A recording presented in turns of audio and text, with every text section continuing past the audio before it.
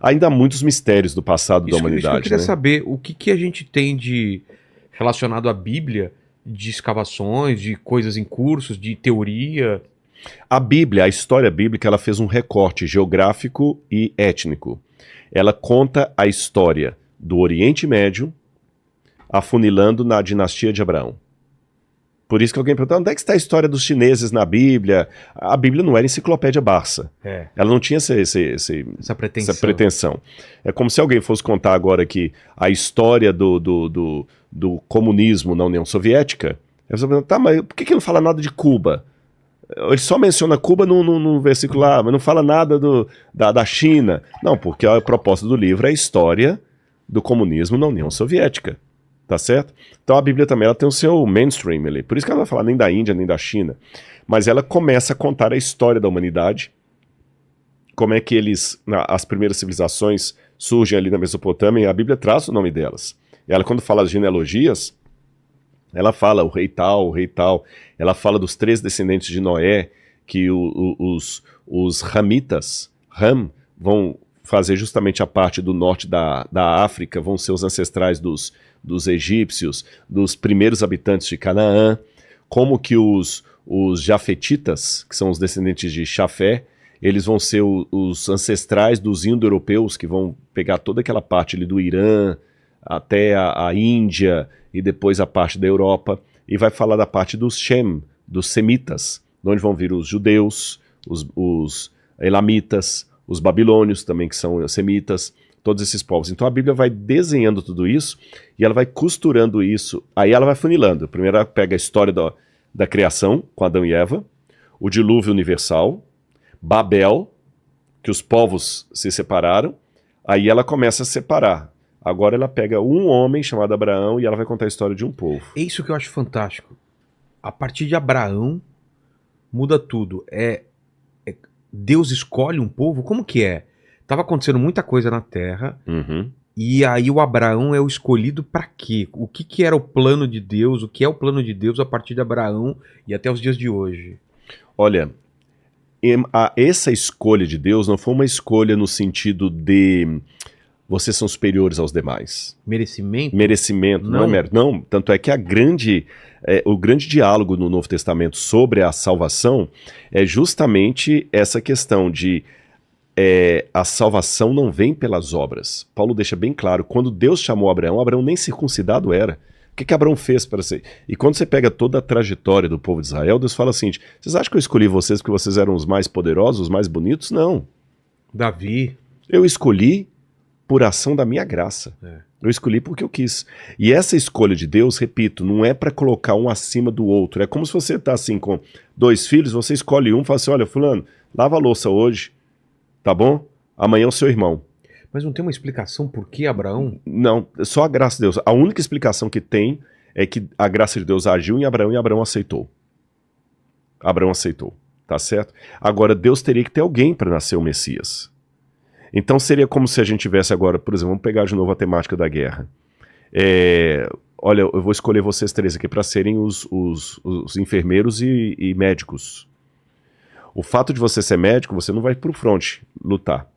Mas eu preciso de você como médico para salvar as pessoas que vão chegar machucadas aqui. Entendi. Tá certo? O médico ele não está com nenhum privilégio acima dos outros. Ele está com uma função diferente acima dos outros. Mas então Abraão teve uma função diferente. Ele ia ser o pai da nação que ia dar para o mundo o Messias. Só isso. Mas você tem fora dessa nação outros com outros trabalhos de Deus. Então, por exemplo, quando Abraão chegou em Canaã, já tinha em Salém, a cidade que depois viraria Jerusalém, um rei chamado Melquisedeque. Tá certo? O Melquisedeque, que seria o rei da justiça, significa rei de justiça em hebraico. Eu esqueci como é que fala em hebraico. Melchit Tzadik, se eu não me engano, Tzadiká é a justiça, o rei da justiça. E esse homem era fiel a Deus. E ele não tinha parentesco algum com Abraão. Quando Moisés foge do Egito, ele vai encontrar Jetro, que também é descrito como sacerdote do Deus Altíssimo. E não tinha nada a ver com Moisés, nem com os hebreus, era outro povo. Então, ao longo da história, você vai vendo que Deus tem para povos diferentes funções diferentes. E às vezes, isso aqui que é um milagre da história, como eu não sou presbiteriano calvinista, eu acredito no livre-arbítrio. Mas eu sei que há opiniões diferentes, você já recebeu pessoas aqui com opiniões diferentes nesse sentido. Estou colocando apenas a minha não para refutar os que pensam diferentes, mas para explicar a minha resposta. Como eu acredito no livre-arbítrio, eu acredito que na história Deus consegue usar até a pessoa que nega a Deus. Porque às vezes ele faz um mal e Deus, sem infringir a liberdade dele, faz com que aquele mal redunde num bem. Por exemplo, algumas vezes na história, Deus usou pagãos para destruir os hebreus. Houve isso na história. Nabucodonosor, Deus falou assim, eu vou trazer Nabucodonosor. Quando Deus falou vou trazer, não é que Deus obrigou Nabucodonosor a fazer aquilo, mas Deus falou, olha, hebreus, permitiu, já que vocês não estão cumprindo, eu vou tirar o meu poder e vou deixar o Nabucodonosor arrebentar com vocês. Mas eu vou transformar isso em bem, em benefício. Então, na verdade, a história acaba virando um mosaico de peças, onde cada um acaba tendo uma tarefa. E Deus tem em todos os povos pessoas que o amam, mesmo que esses povos não fossem escolhidos por Deus para trazer o Messias ao mundo. Vou dar um exemplo para você. Quem deu o Messias ao mundo foi os judeus. Certo. Mas quem espalhou, e foi os judeus também que espalhou, mas quem permitiu a história do Messias espalhar pelo mundo foram os gregos. Porque se não fosse a língua grega... não teria o Novo Testamento. Se o Novo Testamento fosse escrito em hebraico, só os judeus iam saber aquela história. Então Paulo era um judeu que pregou do Messias Jesus para o mundo. Mas para isso ele teve que se valer da língua de Alexandre o Grande. Ele teve que se valer da língua de Alexandre o Grande. Ele teve que andar em barcos que eram construídos pelos fenícios. Ele teve que ir em cidades que eram construídas e organizadas pelos romanos. Então a gente vê que ao longo da história, mesmo pessoas que não fazem parte desse povo eleito, tiveram um papel na história. Quando Jesus nasceu, quem veio reconhecê-lo como Messias, como Rei Salvador, foram magos pagãos do Oriente. Zoroastras, provavelmente da Pérsia. Provavelmente seguidores do zoroastrismo. E por que teve um povo escolhido? E hoje em dia esse povo foi estendido a todos? Porque isso tem uma divisão também, né? Tem. A gente tem que tomar cuidado ao colocar isso, porque às vezes pode colocar de uma maneira antissemita, né? Ou de uma maneira também que perde o papel da igreja. Então, dentro do mundo da teologia, você tem três linhas, grosso modo, a mais, mas eu vou resumir aqui, grosso modo 3 linhas. Tem aquela linha cessacionista que entende o seguinte: o plano de Deus para Israel acabou no Novo Testamento. Quando Paulo vai pregar para os hebreus, Deus não tem mais nenhum papel profético, Deus não tem mais nada para os judeus. Agora quem substitui o povo judeu é a igreja. Muitos judeus nem gostam dessa abordagem porque ela soa antissemita. Total. Tá certo? Mas há teólogos que defendem assim. Há outro grupo de teólogos que pensam que não, que na verdade a igreja é apenas um parênteses. O povo de Deus é Israel e nunca deixou de ser Israel. A igreja é apenas um parênteses e no final Deus vai trazer Israel de novo. E há um terceiro grupo, eu faço parte desse grupo, que entende que o povo judeu, eles cumpriram com o papel deles, que era trazer o Messias ao mundo, mas quando eles rejeitaram o Messias, eles perderam aquela relevância de dar a mensagem ao mundo. Porque até a época de Jesus, Deus queria que o mundo conhecesse a verdade por meio dos judeus. Então, novamente, não é um exclusivismo salvífico, porque Deus tinha salvos fora do povo de Israel, mas se você queria descobrir a verdade, olha para os judeus. Entendi. A Tanar, a escritura, estava com os judeus. O Messias viria deles. A língua que traduziu a revelação de Deus era o hebraico, era deles. E algumas porções em aramaico, mas majoritariamente o hebraico. E todas as linguagens de Deus são sempre da periferia para o centro. Eu sempre confundo. Centrípeda é quando você joga para lá. Centrífuga vai para fora. Para fora, centrípeda. É Sempre centrípeda. Jerusalém, você vai ser fiel e as nações vão vir a você saber aprender de mim. Como o rei Salomão, que um monte de gente, inclusive a rainha de Sabá, veio a Jerusalém para ouvir de Salomão. Se eles tivessem permanecido fiéis à aliança, o mundo inteiro deveria ir a Jerusalém para aprender com eles e voltar para casa a partir dos ensinamentos judaicos. Quando os judeus rejeitaram a Jesus como Messias, e Paulo falou o seguinte: agora eu vou para os gentios, aí a ordem de Deus passa a ser agora centrífuga. Agora não é mais o mundo vai para Jerusalém. Saiam de Jerusalém e vão ao mundo. Na antiga dispensação, eu vou ser fiel e o Vilela vai vir aprender comigo de Deus. Na nova dispensação, eu saio da minha casa e eu vou à casa do Vilela pregar para ele. Por isso que os cristãos mandam missionários para o mundo e o judaísmo não manda missionário, não tem isso. Né? Não tem proselitismo, né? Exatamente. Tentar convencer os outros. Agora, aproveitando, eu não sei se eu respondi bem a questão das três maneiras do povo. Agora, aproveitando isso, eu acho que tem um assunto que eu queria tratar rapidamente com você aqui. Muita gente tem me perguntado, eu quero até ver se eu faço um vídeo sobre isso, sobre Israel agora nessa conjuntura, se tem uma profecia específica. Tem muita gente que acha que o Israel é o relógio do Apocalipse, né? Exatamente. Olhe para Israel que você vai entender que época que a gente está, o que está acontecendo, né? Assim, terceiro tempo, né? Eu acredito, como eu estou no terceiro grupo, que Deus trouxe a igreja, mas Deus tem um papel, muitos judeus vão aceitar no final. Tem muito judeu sincero, você entendeu? Tem muito judeu que está reconhecendo hoje que Jesus é o Messias. Muitos judeus, muitos. Gente racídica, de paiote, de preto, fala assim, olha, eu reconheci que Jesus é o Messias, tanto no judaísmo quanto no islamismo. Que são as duas religiões dos descendentes de Abraão, né? Porque o Ismael também era de Abraão. Teve um mesmo que reconheceu que Jesus era Deus pelo Alcorão. Como assim? Ele falou assim, escuta, eu comecei a ler no Alcorão... Que é um profeta, né? Ele é um profeta. E Jesus tem vários milagres no Alcorão, Maomé não tem nenhum. No Alcorão, Jesus nasceu de uma virgem sem pecado. Maomé nasceu de uma mulher pecadora. Então, Jesus é acima de Maomé, tá alguma coisa errada. Por que Maomé é o maior dos profetas? Com base no Alcorão, ele foi procurar a Bíblia. Tem muitas pessoas do islamismo que estão sonhando com o mesmo padrão de sonho. O homem de branco que aparece. Então, só um parênteses rápido, tá tendo todo esse movimento do eixo do mal, mas o eixo do bem também está movimentando no mundo. Existem muitas pessoas dentro dos países muçulmanos que estão tendo sonhos com um homem chamado Issa. Issa é Jesus em árabe. E Issa está falando com eles sobre o evangelho. Estão alguns que coisa maravilhosa. E já estão aceitando Jesus, mas continuam vivendo lá para não serem mortos pela família. Então Deus tem a manifestação do Espírito. Agora, com relação a esse papel profético, embora, como eu falei, por ser do terceiro grupo, que acredita que Deus tem um carinho por Israel e muitos vão aceitar, que a gente tem que fazer um trabalho de testemunho, eu explico com muito carinho, de testemunho de que maneira? Eu tenho amigos rabinos, Rabino Ventura, o Ravissani, conheci o Rabino Dudu, tem rabinos lá em Jerusalém, eles sabem que eu creio em Jesus.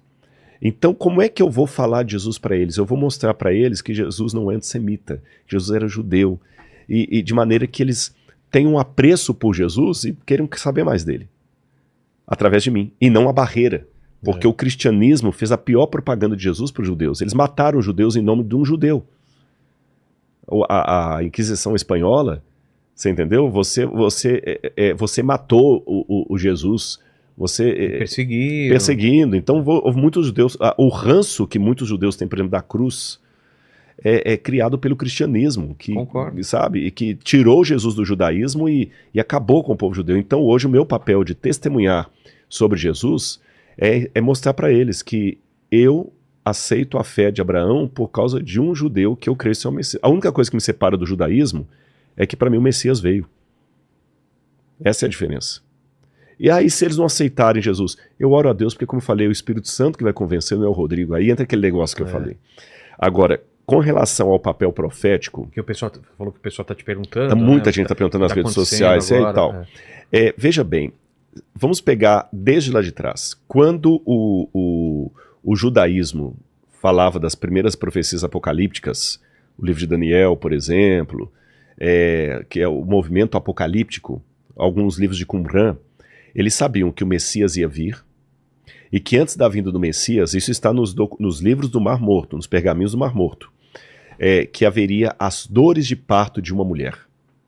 A mulher ia dar a luz em meio a dores, e essa linguagem do judaísmo, Jesus vai usá-la. Você sabe que cada mulher é uma mulher na hora de dar a luz. Sim. Tem mulher que ela começa a ter a contração 40 minutos depois o menino está nascendo. Eu dei palestra um dia num lugar, para fazer essa ilustração, eu falei o seguinte, quem aqui deu à luz com 2 horas? Uma falou assim, eu dei à luz com 1 hora. 1 hora me nasceu. Eu falei, quem mais? Uma levantou a mão e falou assim, a minha ficou 3 dias de trabalho de parto. Nossa. Eu nunca vi um negócio desse. Para mim, o recorde que eu tinha visto até agora é uma mulher que ficou 18 horas. Uma amiga minha que ela ficou 18 horas em trabalho de parto. E as contrações, elas vão apertando, Aumentando, Quando a mulher entra em trabalho de parto, que a contração começa, você só sabe que a criança vai nascer. Mas pode ser na próxima 1 hora ou na próxima 18 horas, ou se for o caso dessa lá, 3 dias. Sim. Então, os judeus sabiam que antes da volta do Messias, haveria as dores do parto. E há uma discussão no judaísmo como o Messias deveria vir. O Talmud diz isso. Ele vai vir no céu com poder e grande glória, como diz o livro de Daniel, ou vai vir humilde num jumentinho, como diz o profeta Zacarias. Aí tinha várias linhas. Alguns judeus achavam que iam vir 2 Messias, um Messias filho de José, outro Messias da descendência de Judá. Cada um tinha uma linha. Bom, mas Jesus veio. E Jesus falou que haveria 2 vindas do Messias. A primeira, que ele veio humilde, e a segunda, que ele voltará. E entre uma e outra, nós perceberíamos a outra pelas dores de parto. Que Jesus fala, quando ouvirem falar de guerras, rumores de guerra, terremotos, é o princípio das dores. Ele usou a mesma linguagem. Aí veio a igreja cristã primitiva. Os primeiros leitores do Apocalipse, das cartas de Paulo, que viveram no 2º século de nossa era, os chamados pais da igreja, nenhum deles interpretou que o anticristo viria de Israel, não. Eles deixaram bem claro o seguinte, o anticristo virá de Roma. O anticristo virá de Roma. Que era o povo que oprimia os judeus? Exatamente, exatamente. E o anticristo vai ser justamente quando o cristianismo der as mãos para Roma. Até, se não me engano, achou o pastor Júnior, que teve aqui o Paulo Júnior. Paulo Júnior. Acho que foi dele que eu vi um recorte aqui, que ele falou, e eu concordei muito com essa visão dele. Então você vê que fala ali que era de Roma. Não estou falando que ele crê exatamente como eu creio, mas esse recorte que eu vi foi um recorte, foi um short ali. Roma. E os cristãos já esperavam que no futuro haveria uma quebra de aliança do cristianismo, semelhante àquela que houve no judaísmo, onde o cristianismo se institucionaria unindo-se com Roma. Pô. Tanto é que no Apocalipse, Roma é exemplificada como sendo um dragão de 7 cabeças que persegue a mulher, que é o povo de Deus que dá a luz ao Messias. E João vê, no capítulo 12 do Apocalipse, essa mulher vestida de branco, fugindo do dragão para o deserto. O dragão não pode atingi-la no deserto, então sabe quem que ele manda? A besta do Apocalipse. Peraí. Tá. A besta do Apocalipse não é o anticristo. É o anticristo. É o anticristo. É o anticristo. Tá. Mas olha que interessante, já que o Apocalipse é linguagem simbólica, vamos destrinchar isso aqui. A mulher, que a gente sabe pela literatura que é o povo de Deus. O fato dela estar gritando para dar a luz ao Messias, lembra que eu falei as contrações de parto, que o Messias vem, vai aumentando? Quando o Messias nasce, ele é arrebatado para o céu, de acordo com essa profecia do Apocalipse. E a mulher foge do dragão. O dragão fica irado e vai perseguir a mulher. É Roma perseguindo o povo de Deus. Aí a Bíblia fala que a mulher foge para o deserto e o dragão não pode atingi-la. Como o dragão não pode atingi-la, ele fica em pé na areia do mar e sobe do mar a besta, que é o anticristo. Que é o... Como chama aquele demônio do mar lá? O famoso, não sei. Demônio do mar? Tem um... Como? Não, Tulo. Que Tulo? Que Tulo é Lovecraft. Vou lembrar aqui. Tá. Hã? Leviatã, assim, a serpente do mar. Paquito, de onde vem esse conhecimento, Paquito? Leviatã. Cara, o conhecimento esteve sempre aqui. Exato. É uma questão de humildade que não falou. Ele mandou um Cthulhu no começo e depois consertou. O Leviatã, que é o Lotan, como eles falam, que é a serpente do mar. Exato. E é interessante que sempre na literatura antiga, o garítica, o mal é representado por 2 monstros, do mar e da terra. E no Apocalipse tem 2 bestas, uma do mar e outra da terra, que é o anticristo. Essa besta vai pro deserto perseguir a mulher. Só que a cena do Apocalipse congela aí. Para, igual o cinema lá de Portugal. Sei, dá uma pausa. Quando você vai lá no capítulo 17, o anjo vira para João e fala o seguinte: vamos até o deserto, que eu vou te mostrar o julgamento da grande prostituta. Que é? Que se prostituiu com os reis da terra. A mulher que fugiu? Aí, exatamente. Por que eu acho que é a mulher que fugiu? Porque quando ele vai... Olha bem, a história da mulher pura perseguida pelo dragão ela é congelada, com a mulher fugindo pro deserto e a besta indo. Certo. Não fala mais nada de besta, nem de mulher, nem de deserto. Só fala que ela foi Só corrompida. fala no capítulo 17, quando, quer dizer, a besta fala no capítulo 14, mas da besta e a mulher Só só volta no capítulo 17. Aí quando volta no capítulo 17, um anjo vira para João, você pode até acompanhar, e ele fala aqui, ó, capítulo 17, olha. Veio um dos 7 anjos, que tem as 7 taças cheias da cólera de Deus, e falou comigo dizendo, vem, vou mostrar a você o julgamento da grande prostituta que está no deserto. E o anjo transportou-me em espírito a um deserto. E quando João vai ao deserto, João vê o quê? Uma mulher montada na besta, vestida de púrpura, escarlata, joias, pérolas e embriagada com o sangue dos santos. Nossa. E a Bíblia fala que quando João viu isso, tem um versículo que fala o seguinte, e quando a vi, admirei-me com grande espanto. Deixa eu fazer um parênteses aqui, abra uma notinha de rodapé. Tá. Admirei-me com grande espanto. No hebraico, quando você tem um pleonasmo, isso não é vício de linguagem, é uma ênfase muito grande. Ele tá querendo Enfatizar demais. muito. Exatamente, que aqui no Brasil, se eu falar sair pra fora, descer pra baixo, subir pra cima, É é errado. vício de linguagem. Em hebraico, não. Quando você fala o seguinte, olhos que veem, ouvidos que ouvem, quem tem ouvidos para ouvir, ouça. Isso é um superlativo, é um exagero, você quer colocar uma ênfase naquilo ali. Quando ele fala admirei-me com grande espanto, admirei-me com grande admiração. Tá. Vamos convir. No Apocalipse, até aqui, João já tinha visto o dragão sendo expulso do céu. Ele viu o trono de Deus. Poxa, por que ele vai ser... Tem que ser um negócio muito fora da curva para admirá-lo. Tá certo?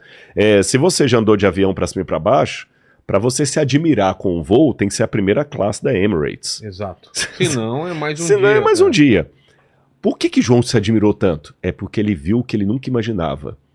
A mulher, povo de Deus, que foi para o deserto perseguida pela besta, está agora colhada com a besta, montada na besta e embriagada com o sangue dos santos. O montada não significa que ela dominou a besta, mas sim ela tão juntas. Estão juntas. E sabe por que estão juntas? Essa imagem que Deus mostra para João aqui é a mesma imagem que você tem na mitologia grega. Que na mitologia grega tem a história de uma mulher, que eu não vou revelar o nome dela agora, daqui a pouco eu vou revelar. Essa mulher trai o marido e ela foge com Zeus, que aparece como uma besta, um touro, que o touro é uma besta, o burro é uma besta, a mula é uma Sim. besta,